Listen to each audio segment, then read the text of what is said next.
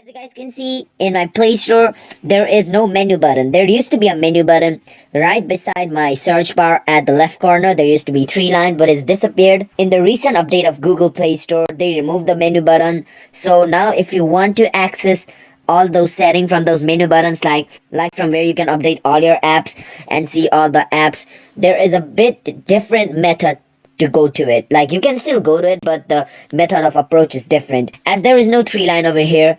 So all the settings has been gone to this place. Like, you can see your logo at the top right corner, right? So you can click on your logo, and as you guys can see over here, there is all the setting that used to be on the tree line, but now it's under your logo, like my apps and game, library, payment and subscription. All the setting is under here.